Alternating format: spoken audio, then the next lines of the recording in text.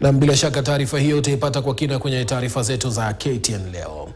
Wakazi mjini Thika wamepigwa na butwaa baada ya kupata mwili wa mwanamume mmoja ukiwa umetupwa karibu na kituo cha polisi cha Thika.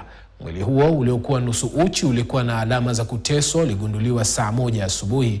Polisi walichukua mwili huo na kuupeleka katika hifadhi ya Kago mjini Thika ukisubiri kufanywa upasuaji. Kamanda wa polisi wa kaunti ndogo ya Thika Lawrence Mushangi anasema uchunguzi umeanzishwa kubaini chanzo cha kifo cha mwanamume huyo.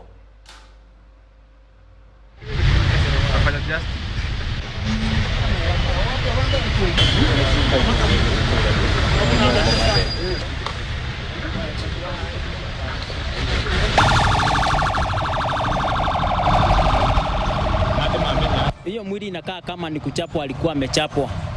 Akakuja maybe alikuja wakati alifika hapo akazindiwa, akaamua alale hapo, lakini inaonekana mwili yake ni kuchapwa, alikuwa amechapwa kichapo kubwa yenye alikuja alikuja hapo akazindiwa, akalala hapo, akakufia hapo, na amekaa hapo masaa mingi sana. Mimi nilifika huku 6 na nilimpata tu hapo kama amelala hapa. Kunamaanisha kuwa security yetu iko chini kabisa. Juu sasa mtu hawezi toka huko akuje akufie nje ya polisi. Kwa hivyo tunafaa wale wanapiga patrol kwa makini, wanaangalia, walinde wananchi, si kuharass wananchi, walinde wananchi na kuangalia chenye kinatendeka.